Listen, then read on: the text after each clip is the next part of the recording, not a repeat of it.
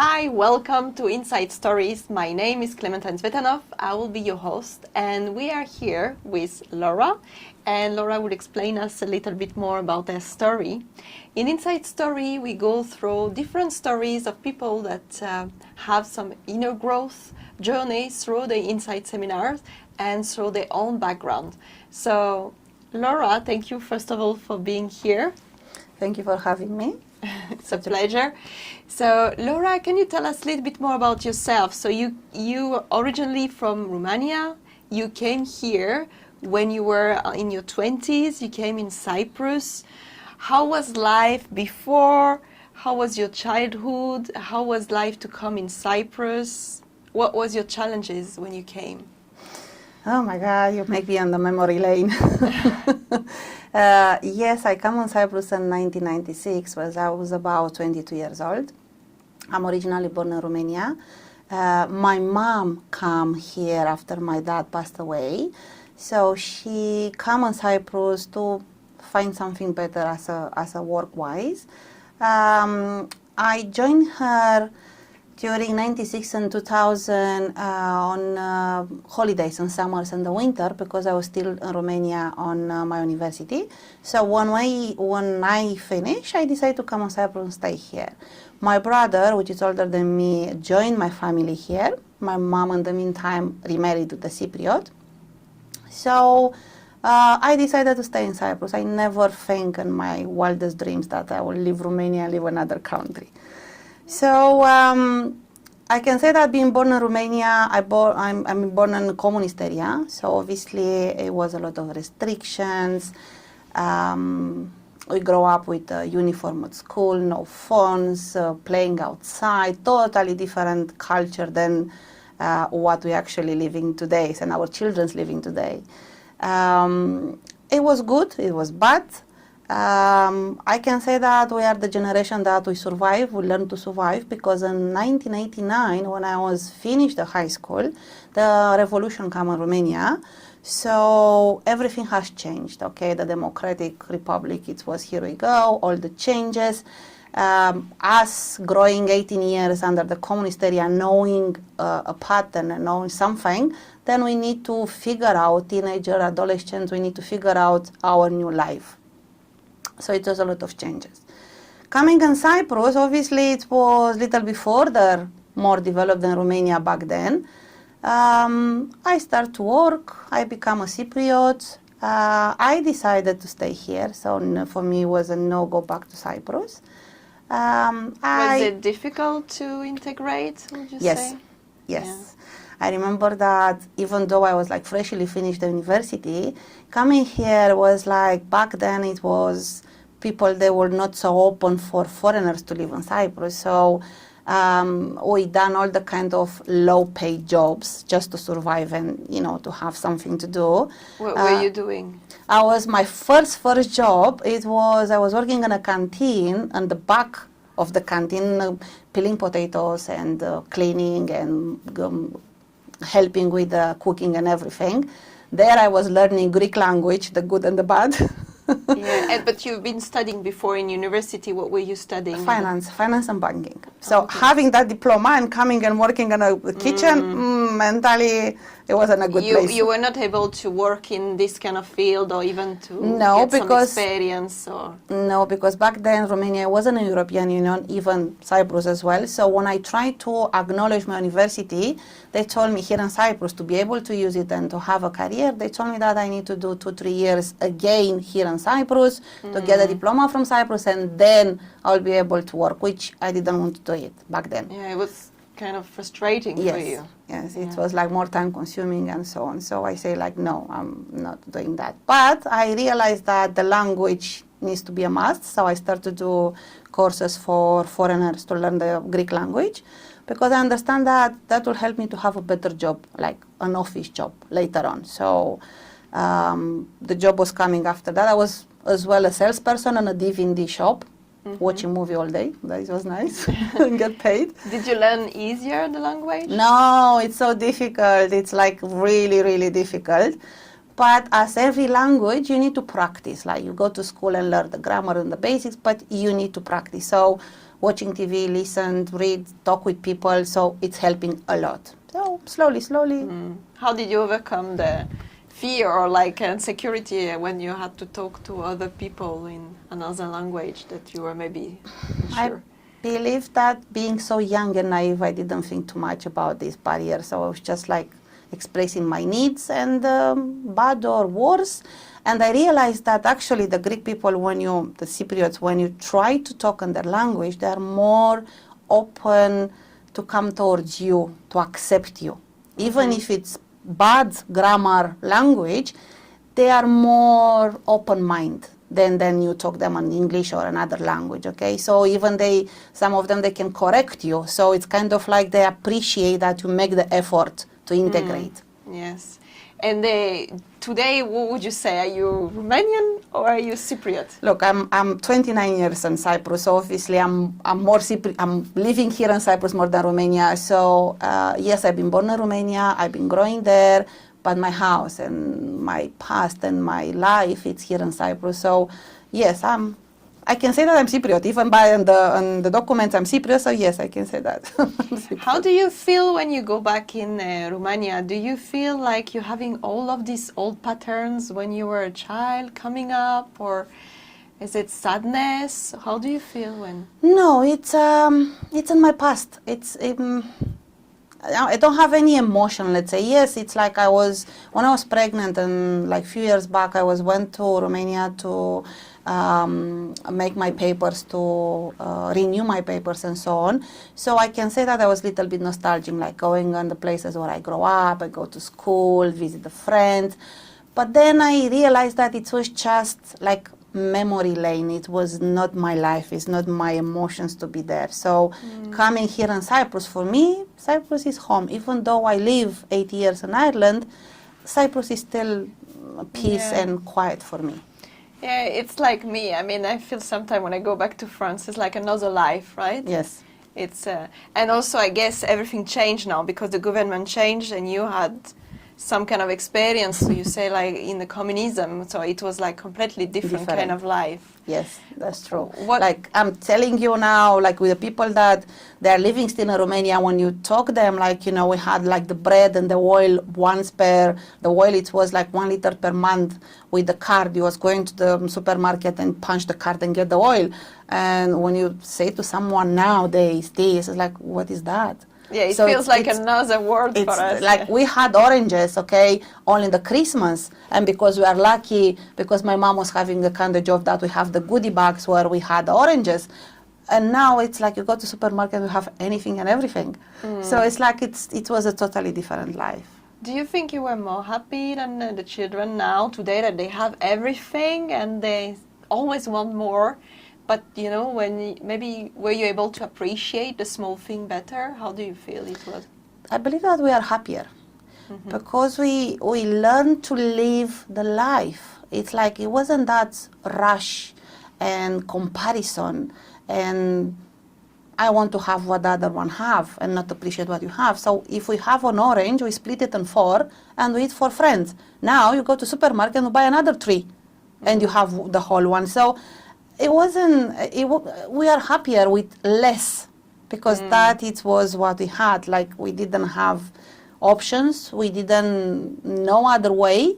So we are happy with what we knew. We didn't have exposure. Like now, you know what's happened in Shanghai in the next minute or in America and so on. We didn't have this global vision. Yeah, someone said that comparison is actually the thief of all of your dreams. And when we went in Bali with my husband, I remember seeing these children happy with nothing, playing with a can of Coca-Cola and be happy and singing. And sometimes we think we need more. You know, when I will have this, I will be happy. And I have a child and it's a teenager, so obviously he knows everything from YouTube and social media and so on. And when you're there as a parent to tell them some other things, Mom, you don't know nothing, you're out of date, you know, or whatever answer they give you, because they believe that this should be the reality and this is what it is. And when they have something, like as a basic needs, like a house and the food and going to the school with the car, we walk. We didn't have this pleasure to have the as you say, be born in a car, because this is what the generation of my son, it's happening. They don't appreciate, because they had it from the day one. Not like us. I remember my mobile, which was like something like that. It was somewhere when I was in university, and they've been born from the first year with the mobile. So definitely times changed. Yeah. Yeah, it seems like you're really coming from a different yes, different background. So coming back to, to when you come here in Cyprus. So your mom came here to have a different life, and it was just after the passed away of your dad. How was your mom? Was it someone that's really starting to take charge straight away and finding solution, or did you felt that you had to take charge of your life now? Look, obviously it wasn't easy for her, 50 plus. I don't remember exactly how old she was, to change, to leave back everything she knew, to come on in a new country and starting from zero. It wasn't easy. But then she realized that if she's doing few things like working here and have a house and so on and bring us here and live, she gave us the opportunity for a better life. So then it was up to me and my brother what we do with this opportunity. Okay, so my brother, he never wanted to remain in Cyprus, so he was coming and working and go back to Romania and buy apartment and whatever back there. Me, I took the chance and I said, no, I want to stay in Cyprus. So after I get the Cypriot papers, I bought my own apartment, because I say I'm not renting. I get my job on an office. It was difficult because it was I needed to take the loan to furnish the house and everything in the loan. I was a teenager, I was young, I want to go out and the club and everything, but I need to pay the mortgage. So to balance everything, but I'm not regretting, because even though when I was in Ireland as well, whenever I'm going, I'm trying to take the best of what it's offering and try to improve myself and go to the next level for a better life of me and obviously my family. So you didn't go into victimhood or something, or feeling like you're losing a lot, and also now you have to work in a place that that you feel that you've been studying before, and now you have to work in a small place. I remember that I was walking on the streets and I was crying in the beginning, because I could not understand. Back then the Romanian people, they were not very well received in Cyprus. So I remember that I was questioning myself, I finished my university, I didn't do anything wrong, I come here legally.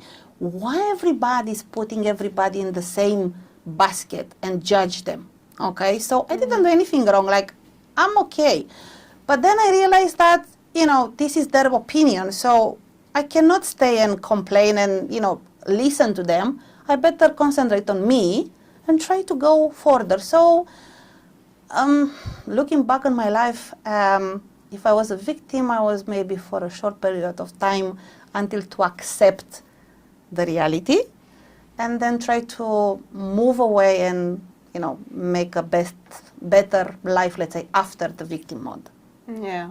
And so you say you were very young when you take the loan for the house, yes. And did you have a lot of fear about having so much responsibility? And if you ask me now, I never actually think about that, but I believe that I didn't think. I knew for very sure that I don't want to wake up in the morning to work for somebody else. Even though, yes, it's a loan to the bank, but at least that house and the payment that I'm doing, it's at some point, if I want to sell the house, it's mine. It's coming back something, not paying a rent and waking and working for somebody else. So I believe that I didn't see it. Even now, I sell the apartment and I have a house, so I upgraded. And even now, I'm still paying to the bank, but I'm not scared. It's there. Yes, it's there. It's reality. But I choose to be like that. I believe that I didn't think oh my God, what I'm doing. And so you find a partner. How was it? I fell in love. Shortly after, I fell in love from a Romanian guy, which I knew him from before to join Cyprus.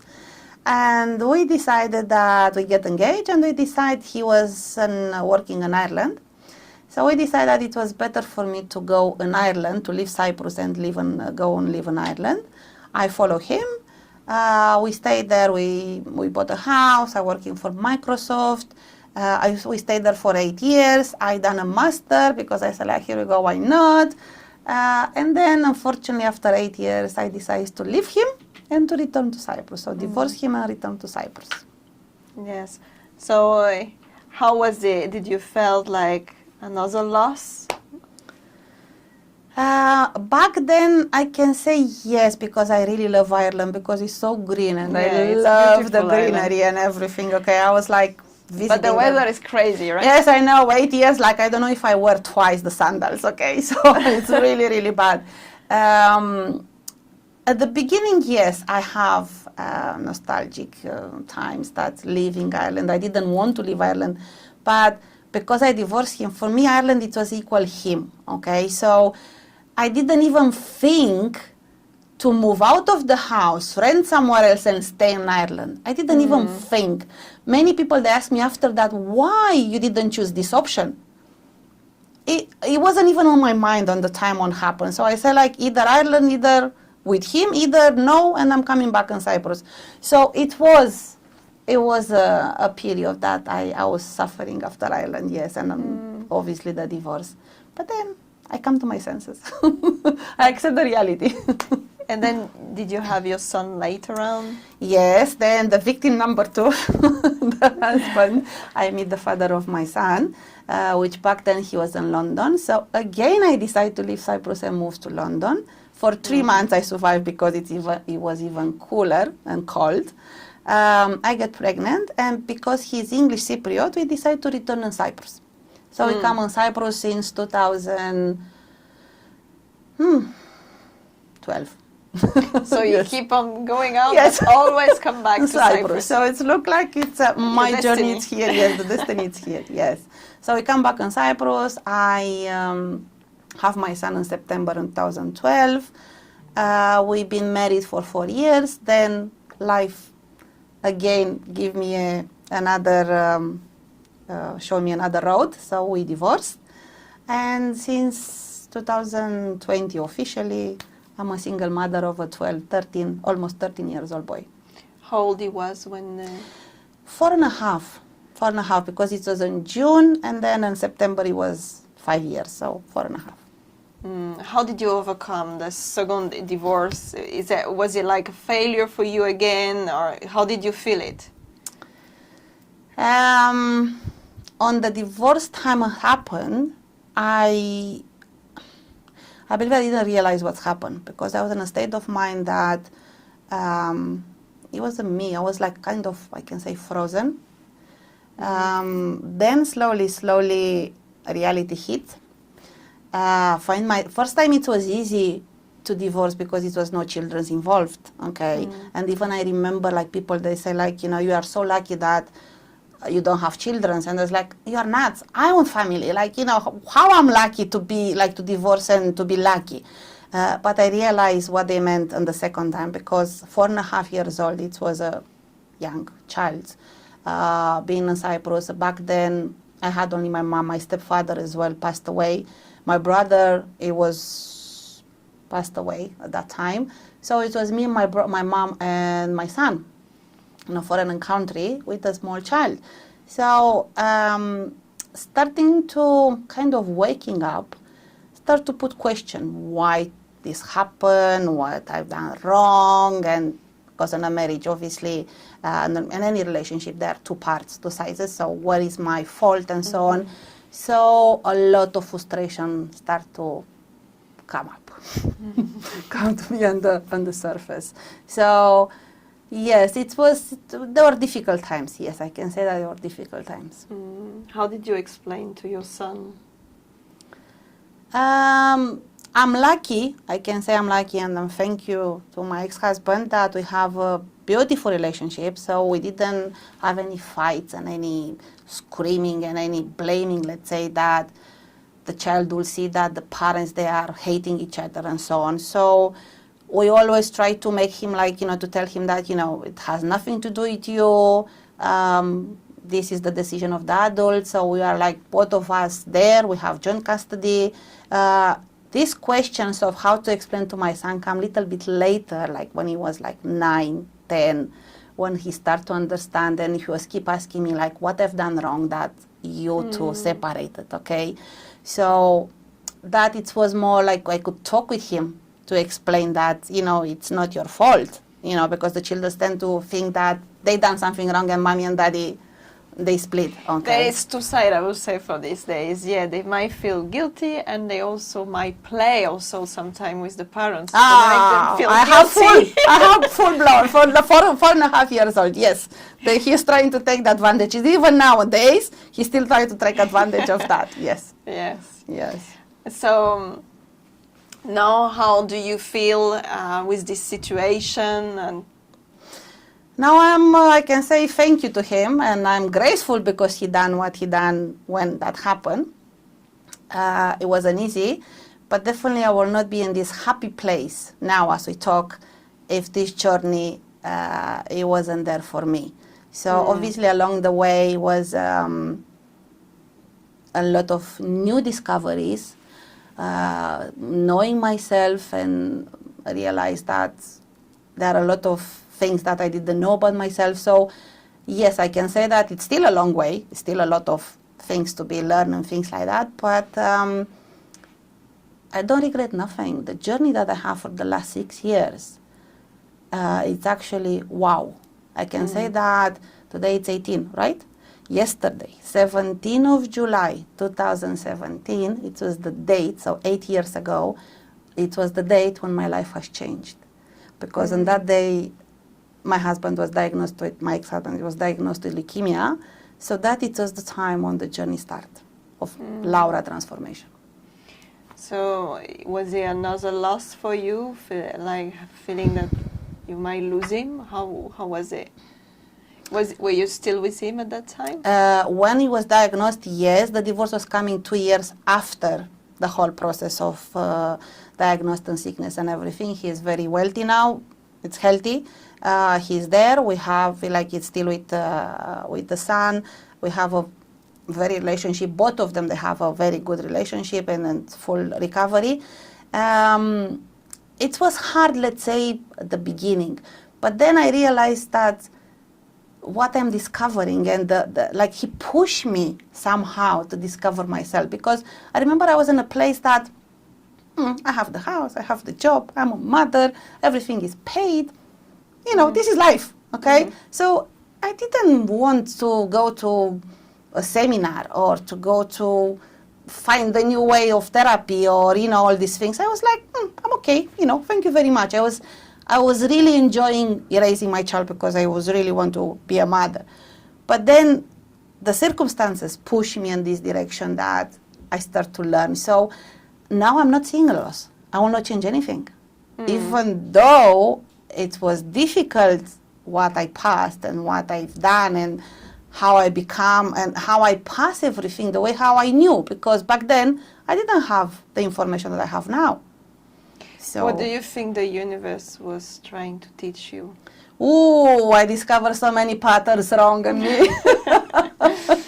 I discovered that I'm repeating my mother patterns. I discovered that I'm communicated and I'm behaving with men the wrong way. I realize what I've done wrong as a woman on the man and woman relationship, which I didn't realize before. Can you give an example? The biggest thing is energy, the masculine and feminine energy, okay? As a woman, we're doing and we do so many things, okay? And we stay in the masculine energy. And obviously, when you're in a relationship and the other one is masculine, then you are masculine, obviously it's not working. So each of us, we have our own place. So I didn't know. I was like doing, and the house and this and that. And if the husband didn't take the garbage out, I was like, do it again. So, all these things that create this imbalance, okay? So when I learned that I'm a woman, and my place is to be, yes, there are things that I'm doing and masculine energy. I need to go to work. I need to do things. But when you are in a relationship or when you need to be with your partner, as a woman, step back and be a woman. Not, keep pushing. Because obviously as you're pushing, the man is going further. So I remember that one of the things that I learned, it says like the elastic method, okay? So when you push it, like take it out, like obviously you go as far as that. But then if you leave it loose, the things come normally back to where they are. So if you fight with your husband every time and you say, obviously it's going as that, but if you say once and then you wait for reaction and try to be more loose, things, they will change. Was it difficult for you to let go of this Yes, control? yes. And I can say that I'm still fighting for that. So I cannot say that I am totally changed. But now what's changed, quicker, I recognize the moment when I'm on masculine energy. So I'm kind of like immediately recognize the moment and go back. Do you think your ex-partner, they didn't feel that they had their place in the relationship, like they were not needed because you were having the control and taking care, or what do you think it was? Yes, they even verbally said to me, but back then I didn't realize what you're talking about. I remember my ex-husband tell to me, like, if you do everything, what you need of me? I was like, what are you talking about? So he felt useless because I was running and doing everything. So what is the role of the man, like, to offer and to provide? And if the woman is doing that, what is the mean to have a partner next to you? So what do you think, in your perspective now, what do you think is the role of the woman in a relationship? Look, in a relationship, there are roles like, you split the responsibilities and the roles, but the woman is a woman. The woman needs to receive, knows how to be open and to receive. From the man. So to learn to be a queen, right? Yes, of course. To have your king. Is it working? I believe yes. It's a learning process, okay? Yes. It's a learning process. Learning to be able to receive. Yes. Yeah, It's so difficult, like, as a person, because, like, as simple as a compliment, somebody's telling you, you look beautiful today. How many of us we know to appreciate that compliment and just say thank you? Like, truly, really let the other person that you receive it, and then, I'm okay, but my hair is not nice, or my dress is not nice. Like, no, stop, thank you, and that's it. Receive it, and stop there. It's so hard. Hey, you can start with small things like this. Yes. Yes. All right.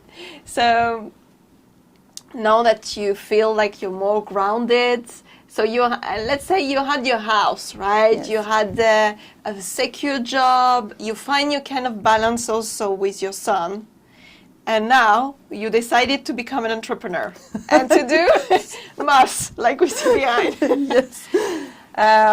Actually, the most hobby, which become a business, is starting after the divorce, okay? So it was like my bubble of oxygen, let's say, because I always in my life I was creative, okay? I was like into play with flowers and arrange and decorate the gardens and the house and so on. Even people, they say to me, why you don't try to make a business out of it? But obviously the limiting beliefs, like I'm a foreigner in a country, who will buy for me, I cannot do this, and I don't like the language, 1,000 excuses.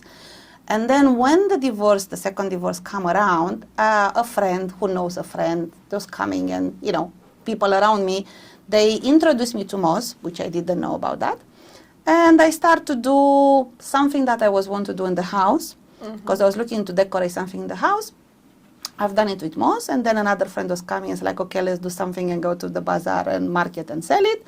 And everything one step ahead, and I said, like, why not? Let's go higher and let's go bigger and challenge to see how further I can go. But it seems to be something in your personality, right? You're not afraid to take some big responsibility, like you say you bought the house, or you go to a relationship, you go in the other side. So you didn't feel the fear, like.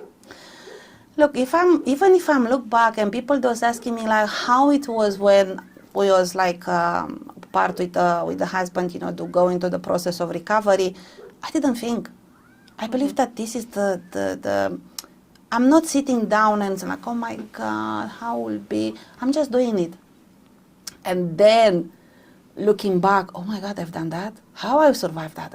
It's like, I believe that this is maybe a secret. I'm not thinking. I'm just going, as a nature, I'm an impulsive person. I'm trying to change that one, but it's not getting very well. Yeah, they say like, just do it. Just do it. And the fear is in it paralyzes. I'm a getter and go-getter, so go and do it. And if it's something that I like it, yes, I will go and try. Or maybe things coming in my way after I get to this whole process of manifestation. And if things they come into my way and say like, why not? Let's try it.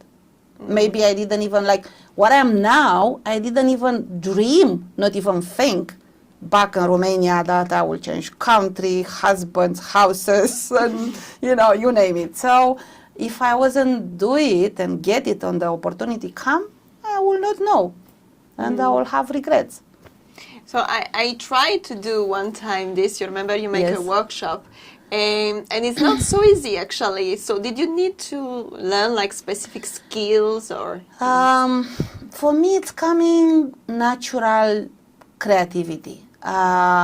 Skills I learned through the internet, through the partners that I'm working with, the people that they provide the materials and talking. So it's pretty much experience. It's not like I've done a school how to stick and how to do this. Combine the things together and everything, it's coming natural. That's why, like, you know, many times you think like, what is your purpose in life, or like why we come on this earth, what is our sole purpose? For me, it's look like it's creativity in any shape, either with flowers, either with colors, either with, you know. So I find moss because it's green, and the whole concept is bring the nature inside of the living space. And I like the flowers, the fresh. That's why I love so much Ireland. Okay, I'm suffering in Cyprus, but it's coming natural, and I believe the way how some people they good at something, the other people they good at something. So I'm good at creativity. So this is what I like. What do you think was the biggest challenge in this journey of becoming an entrepreneur? Was it the exposure, to start talking in public? What was your biggest lesson, would you say? I never think about that. Yeah. I will say our limited beliefs. Because everything is starting from there. It's like you find the clients, you find opportunities, you find the funds that you need to do something, but everything is starting in your mind. So if you think that I'm not good enough, I can't, I'm foreigners who will help me, everything is starting from there. So I remember in the beginning that yes, I had these limiting beliefs. That's how, but when I realized that that is my journey to be creative. So now I'm with moss. Tomorrow maybe I'm with the flowers. I've done arrangement with flowers or something else. When my journey is to be creative, okay? Whatever it's, I have my vision where I want to go, but I don't know how far I will go. It's coming easy and natural, so that means it's my journey. So how will happen will show on the process. It's enough just to want to do something. So start the action step by step, and then the steps will follow in place. So not thinking again about how and the result and just do it. It's so getting out of the head, let's say, and be more on the heart. Yeah, that's remind me something now. Yes. So, how did you find out about Insight seminars in your process? Well, this is a funny story. I know about, before to actually take any action for Insight, I knew about Insight 3 years prior, okay, for someone who was trying really hard to introduce me to this community, okay, but as everything in life, everything happened to the divine time, okay, so I keep saying, no, not now, I don't like it, and things like that. Something else happened, and I was invited to a barbecue in the summer by somebody else of the community. And I remember even now that day, coming to the place, and Larnaca, it was the barbecue in afternoon, or like the person's like, come whenever you want, and I come a little bit late, and when I get in the room, everybody was sitting and talking and listen to the person who was talking. That was just like coming with the cake in the hand, you know, like really relaxed, and I was like, oops, I make an entrance. But I remember that day even now today I like the energy. Everybody was happy, was like cheerful, positive energy. So I really so that it was the moment I said, like, I want to come to the next event. Okay, so somebody was trying to bring me 3 years, no, no results. And then on that day I make the decision. So then I've done the whole 3 levels. I've been an assistant because I like it so much. And then I've been a captain because you and Krasimir asked me. So it was a fantastic experience. What would you say one thing that you've learned in Insight? What I learned in Insight? How important is to listen to your inner voice, because everything we do in life, it's based on us. The help is not coming from outside. The changes will not be done by somebody else. It's you that you need to listen and to connect. Like through Insight, we learn how to listen, how to connect to ourselves. And I remember that a decision, except of the energy and the beautiful community that I find in that night, it was the right time for me to join, because I was coming to the point, I don't remember exactly, 4 years ago or 3 years, I don't remember exactly. It was to the time when the motherhood, the single motherhood, was coming to start to be cracking all the corners, being alone and try to deal with everything. And I said, like, that's it. I need to be a better mom, to learn how to be a better mom for my son, okay? So Insight was coming, and I remember the Insight one, I come with this purpose. And even if we go back to the interviews on the first day when we done it, was my purpose, like to learn how to deal with the whole situation, being a single mother. Obviously, I discovered far more, but that it was one of the key points that I decided, yes, I'm doing it. So you mentioned about listening to your inner voice. Yes. It doesn't seem in your story before that you didn't listen to it, because you keep on taking action without asking, right? Yes. So what do you think was different in what you learned in Insight? What was the small thing that changed? To trust the bigger, the universe, the gods, the whatever you call it, okay? That whatever will happen, Either I'm action it, either I'm not, will happen. Mm-hmm. So trust that you can do, you can have the solution, you'll find the solution to do something. So I remember even with my mom when I was a teenager, okay, I've always been impulsive, as I say, and as I describe, go and do it and then think what I've done. But then being responsible for a child, actually one of the patterns was that lose control. Don't control everything around you. Listen to your voice. Trust that things will go to the way how should be, because many times we don't know the road. We know the road, but maybe God is putting on a situation that you take another road, and then it's better than actually what you knew. Mm-hmm. So before you were like taking your decision, but you were like pushy, right? Yes, yes. And now you learn to let go, yes, and listen, yes, to the signs and follow. Be able to, yes, adapt. Yes. Yeah. Yes. So you think that was the lesson for you to learn in, yeah. And how does it change your relationship with your son? From my perspective, I don't know if we're asking him, but looking around, I have a beautiful relationship. Like he's, as somebody recently called him, is the most ambassador because he's part of the team when we're doing the workshop, so he has his own responsibility. We're talking a lot.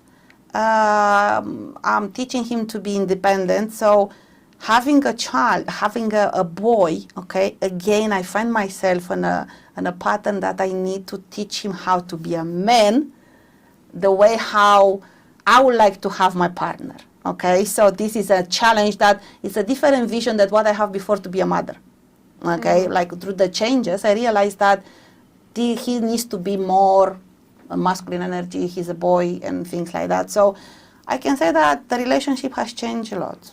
And I'm happy. Obviously, he's a teenager, so obviously another journey, another chapter is starting. So I will need to be prepared to learn more skills. But I can say that yes, I'm in a good place. I'm in a far more better place than I was before I joined Inside. Great. So thank you very much, Laura, for today. Is that one thing you like to say to listeners? One small thing you like to leave them with? Why so many difficult questions today? Life is not easy. And if we look it for the perspective of being difficult and have obstacles, it's better to take those one as a lessons, as an experience, and improve and find solutions and make yourself better. And one of the biggest things, do that thing. Don't leave it for tomorrow. Don't leave it for the next day. Don't live with the regret that why I didn't do it or what will happen if I do it. Even if it's not good, if it's like come out the way how you want it, at least you try it. Maybe it's good and maybe it's better than you expected, but just do it. Don't leave tomorrow what you can do today, as the way it says. Thank you very much, Laura. Thank you, Clementine.